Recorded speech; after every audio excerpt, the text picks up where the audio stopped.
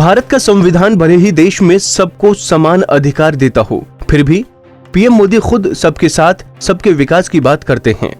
मगर देश में आज भी जातीय भेदभाव की कई ऐसी तस्वीरें सामने आती हैं जो न सिर्फ इंसानियत को शर्मसार करती हैं, बल्कि बताती हैं कि आज भी एक भारत में दो भारत बसते हैं। ताजा मामला बुलंदशहर के पहासू से सामने आया है, जहां जिंदा लोगों का तो छोड़िए, यहां तो दलितों की मौत के बाद उनके शवों तक से भेदभाव किया जाता है। राष्ट्रीय स्वयंसेवक संघ के सरसंघ चालक राजेंद्र सिंह उर्फ रज्जू भैया के पैतृक गांव से जातीय भेदभाव की जो तस्वीर सामने आई है, वो न सिर्फ इंसानियत को शर्मसार करती है, बल्कि सवाल खड़ा करती है कि डिजिटल इंडिया के नागरिक की सोच इतनी छोटी कैसे हो सकती है। यहाँ शमशान में इस तरह तारबंदी की गई है जैसे ये दो देशों की सीमा हो। आप भले ही जानकर हैरान हो, मगर जान लीजिए कि सभी को समान अधिकार देने वाले लोकतांत्रिक देश में ये तारबंदी दलितों के शवों के लिए, उनकी अर्थी के लिए और उसके साथ आने वाले लोगों के लिए की गई है। यानी शमशान में तारबंदी के एक तरफ अगड़ी जाति के लोगों के शव जलाए जाते हैं और तारबंदी की दूसरी तरफ उन दलितों के शव जिनके लिए शमशान में भी दीवार खड़ी कर दी गई है। पीएम मोदी भले ही सबके साथ और सबके विकास की बात करते हों, हम चांद पर चले गए हों, देश विश्व गुरु बन चुका हो या फिर इंडिया डिजिटल हो चला हो, मगर यहाँ इंसानों की तो बात छोड़िए, मुर्दों तक से भी भेदभाव किया जाता है। यानी बनेल गांव में बने इस शमशान में मुर्दों की जाति देखकर उसका अंतिम संस्कार किया जाता है। सवाल ये कि जब संविधान समान अधिकार देता है, कानून समान अधिकार देता है, तो फिर समाज के ये कथित ठेकेदार कौन होते हैं?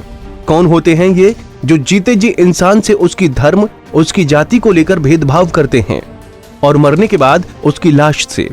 ग्रामीण मानते हैं कि जातीय भेदभाव के चलते इस तरह तारबंदी किया जाना गलत है, मगर जब यहाँ तारबंदी की गई होगी उस वक्त किसी की ओर से इसका मुखर होकर विरोध नहीं किया गया होगा, क्योंकि अगर किया गया होता तो बुलंदशहर के इस गांव से शायद ऐसी तस्वीर सामने नहीं आती। सचिन राघव, ग्राम बनेल। ये शमशान भूमि एक ही चौतरा था पहले, इसको इन्होंने तारकसी इस वजह से की है, इसको दो भागों में विभाजित कर दिया गया है। एक साइड एससी की लाशें फूकती हैं, एक तरफ जनरल की लाशें फूकती हैं, तो इसको तारकसी करके इन दो भागों में विभाजित कर दिया गया, जो कि कायदे में नहीं होना चाहिए। ये ग्राम प्रधान ने कराया जी? नहीं, किसी ने नहीं करी इस चीज़ की, किसी को शिकायत करी नहीं किसी ने। कायदे में नहीं होना चाहिए, इससे थोड़ा जातिवाद पे थोड़ा गलत मैसेज जाता है। लोग इस चीज़ को देख के जातिवाद में ज़्यादा, ये वोट बैंक की राजनीति मान सकते हैं इसको। इलेक्शन है, इलेक्शन आ रहा है, इलेक्शन के टाइम पे ये हुआ है, पहले तो नहीं हुआ था, पहले एक ही सिंगल था। अब प्रधानी का इलेक्शन नज़दीक है तो वोट के लिए तो कुछ भी करते हैं लोग, नेता लोग कर सकते हैं। गौरव, गांव बनेल।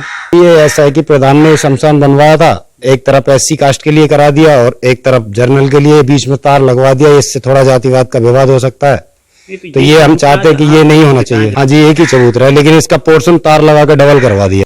ऐसा ये जातिवाद का थोड़ा सा भेदभाव है, उसकी वजह से इन्होंने करा दिया और इस तरह से गांव में दंगा भी हो सकता है। ये नहीं होना चाहिए और ये पोर्शन ठीक नहीं है। थोड़ा सा बीच में तार लगवा दिया, सिंगल एक ही चबूतरा है, ये लगे हुए हैं, आप देखो उधर से यहाँ तक पूरा, ये बीच में सिंगल चबूतरा है, इसको डबल करा दिया है।